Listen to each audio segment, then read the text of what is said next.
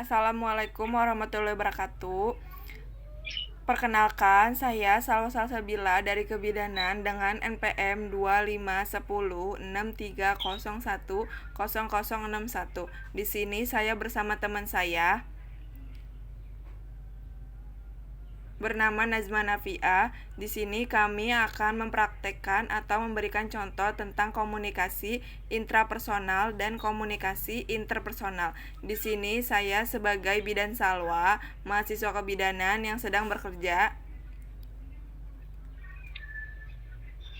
Dan saya Bidan Najma sebagai rekan sejawat Bidan Salwa.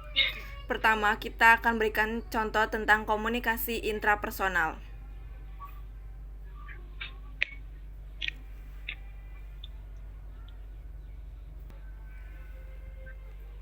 Pertama, komunikasi intrapersonal. Ini adalah komunikasi dengan diri sendiri. Di kebidanan, ini krusial sebelum kita menghadapi pasien. Isinya bisa berupa refleksi, pengolahan emosi, atau self-talk. Oh, jadi seperti saat kita mencoba menenangkan diri sendiri sebelum menolong persalinan yang gawat darurat.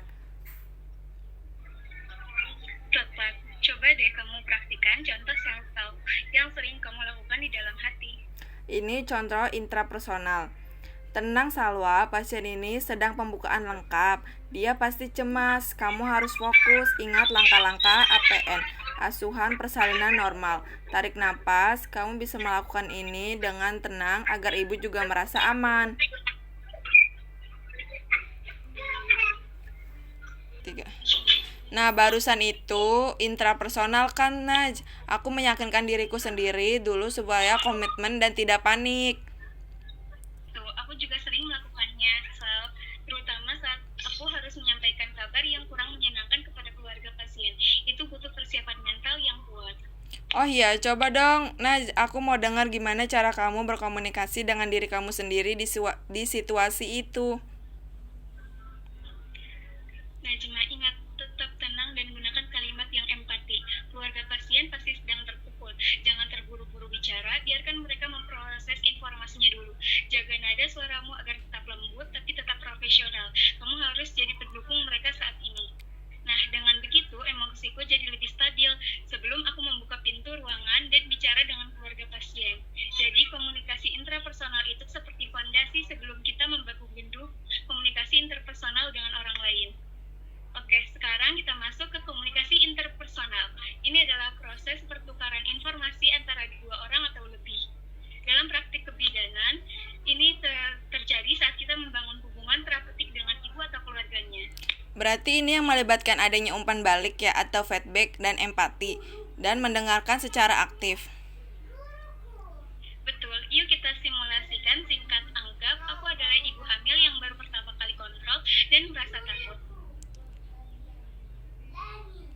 Ibu bidan, saya takut sekali nanti saat melahirkan. Katanya sakit sekali ya, Bu. Ibu Najma, saya sangat mengerti kekhawatiran ibu. Wajar sekali merasa cemas di kehamilan pertama. Nanti kita akan belajar teknis relaksasi bersama agar ibu lebih siap ya. Bagaimana kita mulai bahas pelan-pelan? Wah, terasa beda ya. Kalau tadi dalam hati aku mau memotivasi diri sendiri. Sekarang aku menyampaikan dukungan itu langsung ke ibu Najma agar dia merasa nyaman. Benar, jadi poin perbedaannya dari sini. Pertama adalah subjeknya. Kalau komunikasi intrapersonal itu narasumber dan penerimanya adalah diri kita sendiri. Sedangkan komunikasi interpersonal itu melibatkan orang lain.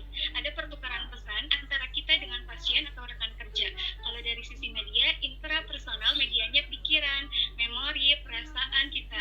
Tapi kalau interpersonal seperti kata-kata verbal, nada suara, hingga tatapan mata, kita ke pasien. Kemudian dari segi feedback, di intrapersonal feedbacknya instan dari hati kita sendiri.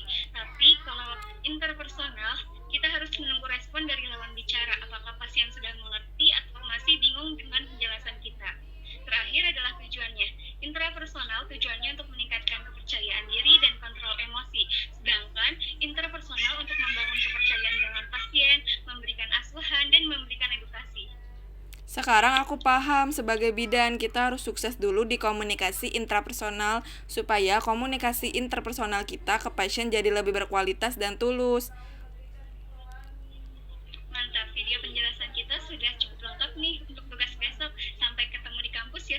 Makasih banyak Najma, sampai jumpa.